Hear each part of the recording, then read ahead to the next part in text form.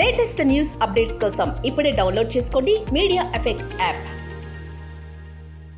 Welcome to media effects. కెనడాలోని Prince Edward Island province ప్రభుత్వం విదేశీ ఉద్యోగుల సంఖ్యను తగ్గించేందుకు నిర్ణయించడంతో భారతీయులు చిక్కుల్లో పడ్డారు. ఉద్యోగం కోల్పోతే భారత్కు తిరిగి వెళ్లాల్సిన పరిస్థితి ఎదుర్కొంటున్న అనేక మంది భారతీయులు నిరాహార దీక్ష సిద్ధమయ్యారు. తమ వీసాలను పొడిగించాలని డిమాండ్ చేస్తున్నారు. చార్లెట్ టౌన్లోని నిరాహార దీక్ష చేస్తున్నారు. ఇకపై సంపూర్ణ నిరాహార దీక్షకు దిగుతున్నట్టు మంగళవారం ఎన్ఆర్ఐలు ప్రకటించారు. కనీస ద్రవాహారం కూడా ముట్టమని స్పష్టం చేశారు. ప్రస్తుతం నిరాహార దీక్ష 4వ రోజుకు చేరుకుంది.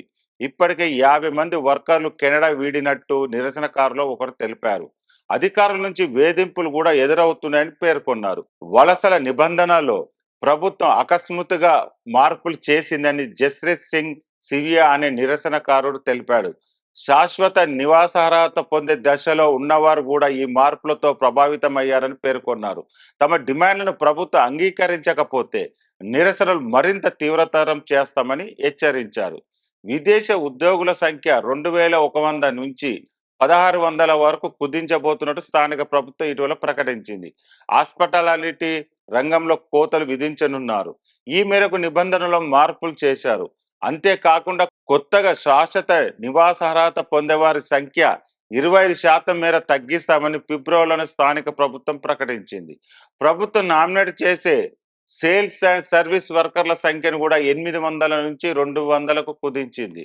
విదేశ ఉద్యోగుల తగ్గింపు నుంచి నిర్మాణం, హెల్త్ కేర్ రంగంలో కొత్త మినహాయింపు ఇచ్చేందుకు ప్రభుత్వం నిర్ణయించింది. జనాభా తగ్గించేందుకు వలసల కట్టడి తప్పదని పేర్కొంది. అధిక జనాభా కారణంగా నివాస సముదాయాల కొరత ఏర్పడిందని పేర్కొంది. ఆరోగ్య వ్యవస్థపై కూడా ఒత్తిడి పెరిగిందని వివరించింది. ఈ నేపథ్యంలో అనేక మంది విదేశీయులు మే 9 నుంచి నిరసనకు దిగారు.